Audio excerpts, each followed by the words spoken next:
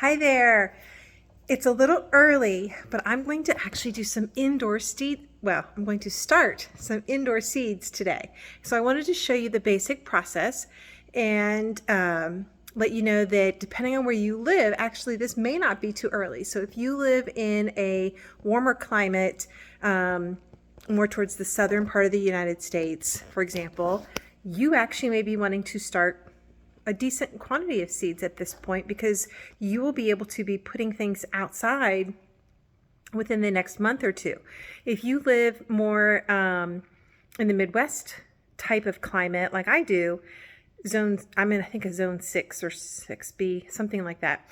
I cannot start putting anything outside as far as a vegetable garden until maybe March, April for the cold weather kinds of crops like carrots or lettuces, and broccolis, cauliflower, things like that. And even those, depending on how early I put them out, might need a little bit of protection. So really it's too early to start almost most things. However, there is a type of flower that I like to do from seed called Lisianthus. It's a beautiful flower.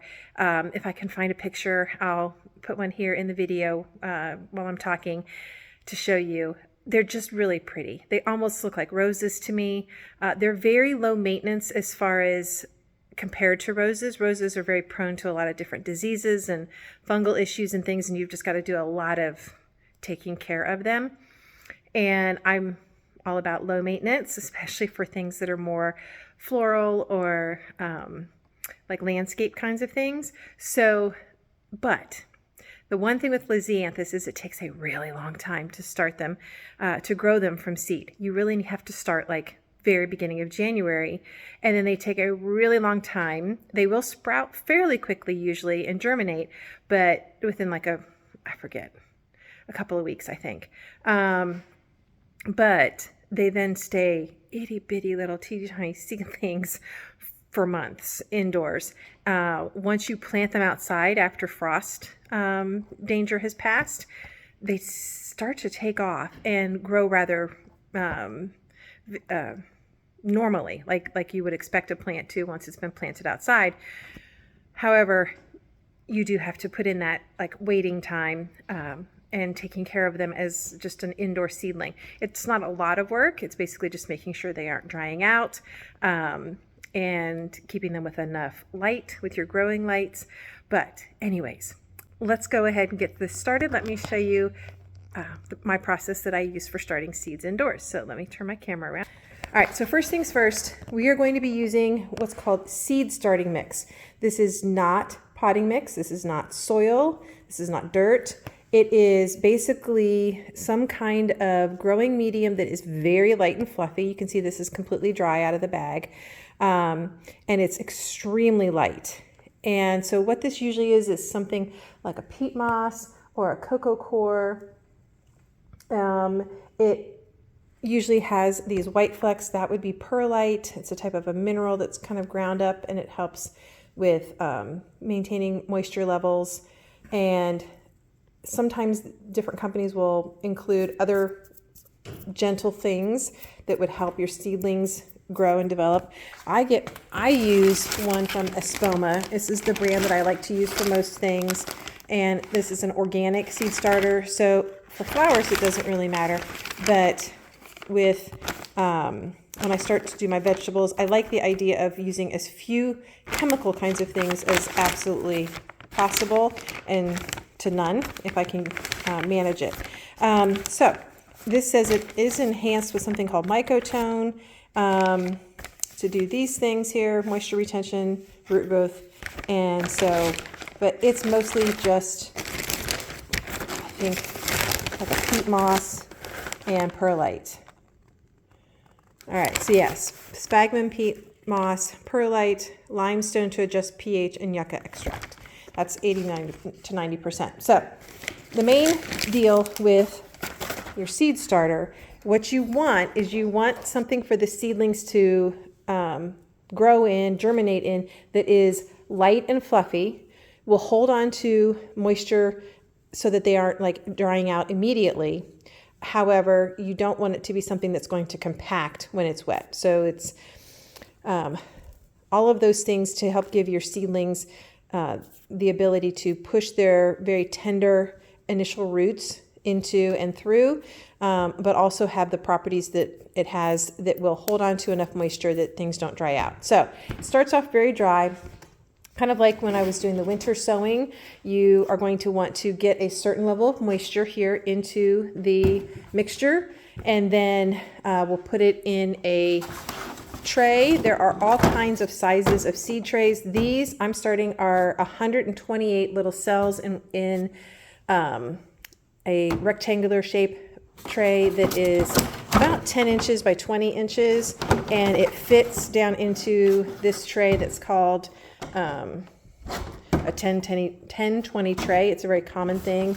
I bought these from Greenhouse Megastore. I've also got some that I bought from Bootstrap Farmer. The Bootstrap Farmer ones I think tend to definitely be a little bit sturdier. However, the ones at Greenhouse Megastore, they do have different degrees, I guess you could call it, of trays. Some that are a little flimsier, some that are kind of extra heavy duty.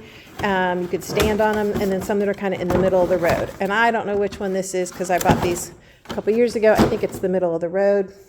You can see it's been used. Anyways, lots of seed trays, lots of varieties of seed trays. You could even though start seeds in little Dixie cups or solo cups, depending on the type of thing that you're starting. Things that are going to develop a really significant root system quickly, you would want to have a much bigger cell than this because the Lisianthus takes so long. I'm starting them off in these trays because I can get 128 seedlings started in this this amount of space, as compared to other types of seedling trays. You have much bigger compartments. So I will share some of these when I do some other seed starting in the next month or two. What I'm going to do probably a lot of my seedlings in are these trays that there are 6 to a little compartment. And then I think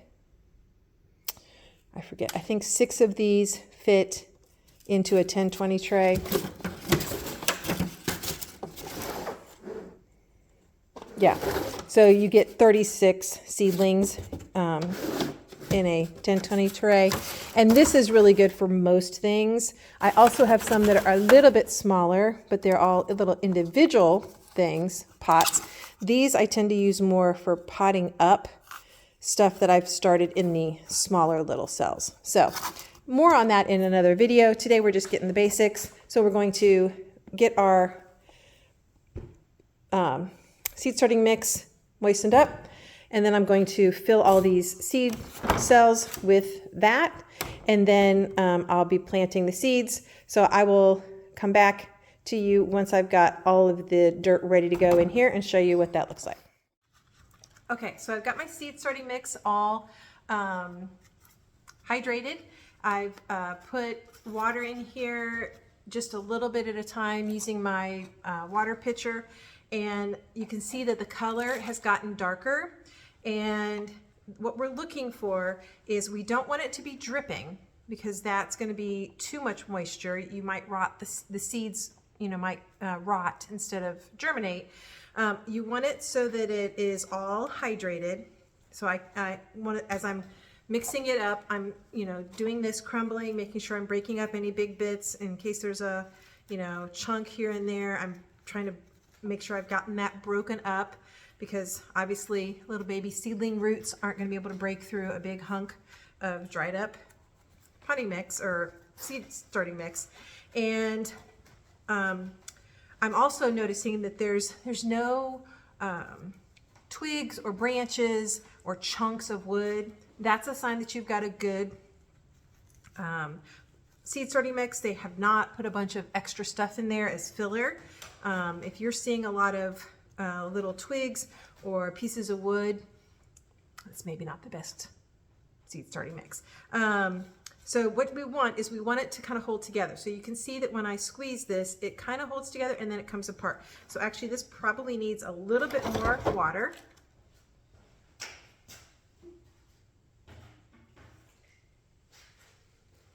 And I'm just putting in a little bit at a time, because like I said, I don't want to get it too wet. So, and what I'm doing to mix it is I'm just kind of like picking it up, squeezing it with my hands like this to get that water worked all the way through all of the mixture that's in here. All right, and then we'll check again. There you go. It's holding together in a clump when I put it in my hand and squeeze pretty well. So that's showing that it's hydrated in a good amount to be able to support our seeds, because what we're going to be doing is putting a cover over this called a humidity dome to help keep the humidity and the moisture in here so that I'm not having to be watering this, because when you do that, it's very likely you would disturb the soil or the mix and the seeds and get them out of their spot. So now the challenge with a tray that's got this many cells that are kind of deep is I'm going to be having to do this to make sure that I've got potting or seed starting mix all the way to the bottom. So I'm going to get my tray like this, and I'm going to just take this potting mix or seed starting mix, I keep using the wrong word, and I'm going to stick it here, and I'm going to just squish it down like this. But because I've done this before, I know that there are air pockets. So I'm going to go through with my finger and I'm going to tap it down. I'm not going to jam my finger in there, because what I don't want is I don't want to basically create a little brick of moistened up seed starting mix. I want to just eliminate air pockets. So I'm just giving it kind of a gentle tap to see if there's any give. And if so, then I'm giving a couple more gentle taps to settle it down. Some of these actually don't have much of an air pocket, so that's good. This is a little tedious, so I'll speed this up.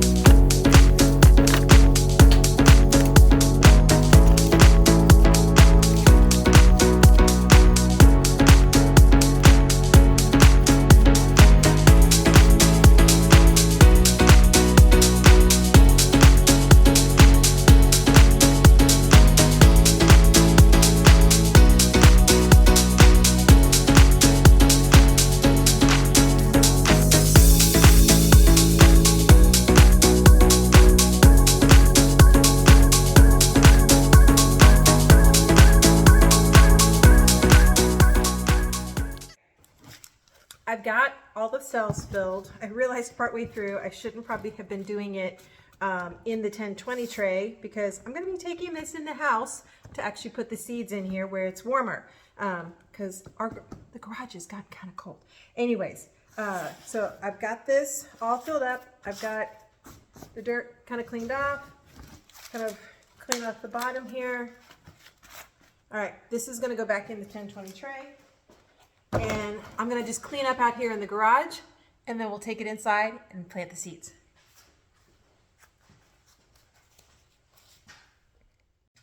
All right, it's time to actually plant the seeds. Most of my Lisianthus seeds have come from a company called Johnny's. They have really good seeds. Got 3 different varieties. I've got one called First Love. If I can find a picture, I'll toss it up here on the screen. Then this is green. It's not actually green, it's a very pale greenish creamy color from what I recall, and then red. So very much these are going to look kind of reminiscent of roses. And then I have these white ones that are kind of a creamy white ones color from Outside Pride. I did grow all of these last year. These did not do as well, but I know it's because of where I put them. I did not put them in a very sunny place, so I did not give them a very good position outside to thrive. There were still some blooms, but they were kind of unhappy. These did great and actually produced blooms for a very long time, which I did not expect. I did not realize that they would just keep going and going and going. So I was very impressed with the amount of flowers that I got to enjoy. They were not very big though, so that was something I thought they tended to be bigger, but you can see here on their seed packet, you can kind of see what they look like, kind of like little roses. So I enjoy them. These are all, well, I think all of them, I'm not sure, I can't remember about these, but these are all what are called pelleted seeds. Now the thing about pelleted seeds is they're still just the same seed, but they've put kind of a little bit of a coating on them, which is super helpful when you have seeds that are really small. So like these, you can see have like they're like a little yellow ball. That makes them much easier to see when you're planting, and it's super handy when you have seeds that are super small. The downside is seeds that have been coated like this, they say don't hold as well. Like typical regular seeds you could have in storage as long as you've got them at a decent temperature for years, and they'll still germinate. Once they've been pelleted, they say you really only have about a year, and then the germination rate goes down much more significantly than if they were not pelleted. So what I'm looking at on the back of the seed packet right now, because I can't remember, is how deep I need to plant them. And it says do not cover the seed as light is needed for germination. So that means we're going to basically put these on top, and it says germination should be within 10 to 15 days. So we'll see. All right, so this, the other thing I'm going to do is label. I don't know exactly how many seeds I have, but I'm going to do them going in rows like this with, well, no, I take it back. I'm going to go this way. I've got plenty of tags, so but what I'm going to do is I'm going to label each row in the cell seed tray. I am not going to try to label each cell. That would be a lot. All right, so this is the Voyage to Green. So I like to do all my tags first before I get my hands potentially a little bit dirty. So I'm going to stick that on the edge here, and then let me go ahead and make my other 3 tags. But I'm not going to put them in the tray until I see how many rows I need for each thing. So I might have to make more tags when I get done. All right. So then we have the first love. I'll speed this up.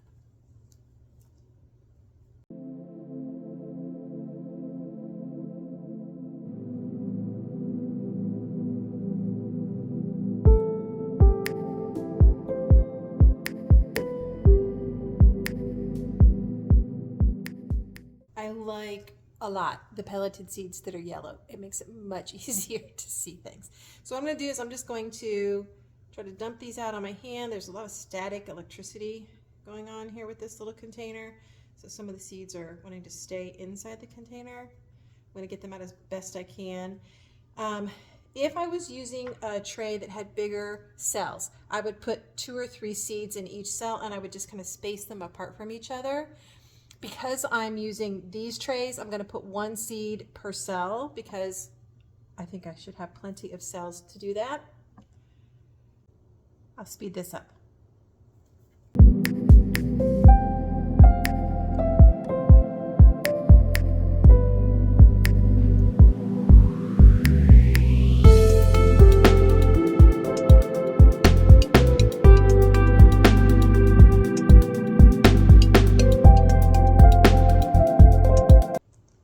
Okay, here's what I've decided.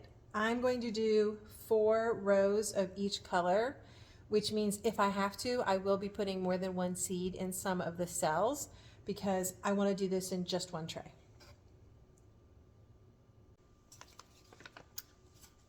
Yeah, I got enough seeds to do more than 4 rows for each, so there's going to be more than 1 seed in some of these cells. So let's just do that. So for the cells that I'm going to do more than one seed, I'm going to try to space them a little bit kind of like diagonally. So let me plant these and then I'll show you. So you can see here, I've just kind of spaced them diagonally because the diagonal is longer in a square than the side, and that gives it a little bit more space. So I did that in these cells here. I have 2 seeds. So I'm going to continue to do this with all of the other seeds, and then I'll show you the last step once I get the seeds placed. All right, I've got all the seeds placed. I decided to go ahead and put tags at the end of every row because the red didn't quite have enough to do 4 rows, so I had to start the white here. But you can see everywhere that I've got a seed that there's just one, I put it in the middle and it's just sitting on top of the soil. And then where I have 2, I kind of angled them, and like I said, these pelleted seeds, some of them are white, some of them are yellow, are just so much easier to see. If they were not pelleted, these seeds would be so small, it would be really difficult to place them. So now it's time to spread some vermiculite over the top. This is another one of those mineral things, sort of kind of like perlite, but just a different one, and it helps maintain kind of a steady level of moisture across the top. It helps suppress a little bit the fungus gnat hatching. It also keeps a little bit from getting algae growing on the top, although that has tended to be an issue, especially with things like this that are a much longer seed starting project, because it's the beginning of January and these won't get planted out until May. But I'm going to sprinkle the vermiculite. It does not take very much, and it does not keep the light from getting to the seeds, but I'm just putting a little bit in my hand and I'm just giving a slight little sprinkle all across everywhere. Here you can see I've got my trash bag underneath my tray to catch any overflow, and I'm just going to go along here and sprinkle this across the top, kind of like confetti, although vermiculite's a little bit more like glitter in that it goes everywhere. Yes, vermiculite is the glitter of the gardening world. All right, so that is now all vermiculated up. I'm going to be putting now over the top this thing called a humidity dome. I don't know that you have to have a humidity dome, but it definitely helps do what its name implies. It keeps the humidity, the moisture contained within here. It makes it a little bit more of a humid environment, which helps a lot of seeds with their germination. So now I'm going to take this over to my mini rack.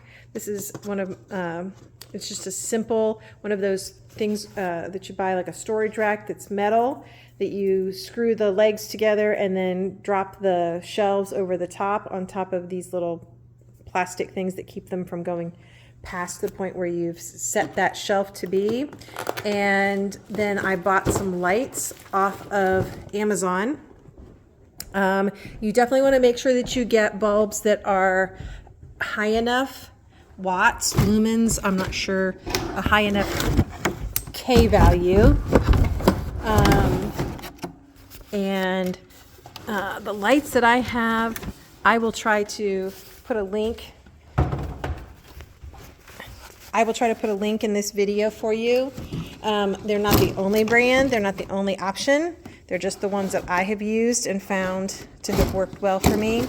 I've also seen a lot of people in other seed starting videos talking about how they just use shop lights and that works very well for them. So that's also an option. All right, I'm gonna have to fuss with this a little bit. The tray is warped a little bit and it's kind of wiggling out of place. So I'm gonna fix that. But basically, these are ready now to sit here underneath these lights. These are from a company called Barina. LED T8 LED grow lights. Here, let me do that instead of trying to put a link.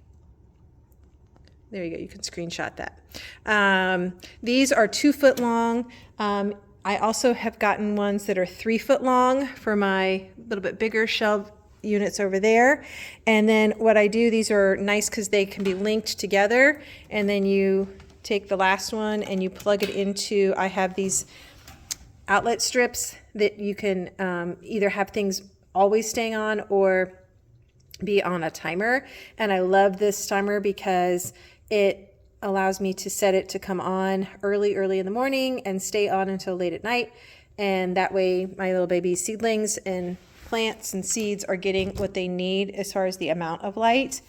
But there's also a few plugs for something that would be always on, which when we get to the point of having some, we will need to be able to put a fan on them to keep them with some airflow, and also to help strengthen them so that they won't just wilt over when you take them outside and be too weak. So anyways, the first tray is done and under the lights, and hopefully we'll have some seedlings to share with you in a couple of weeks.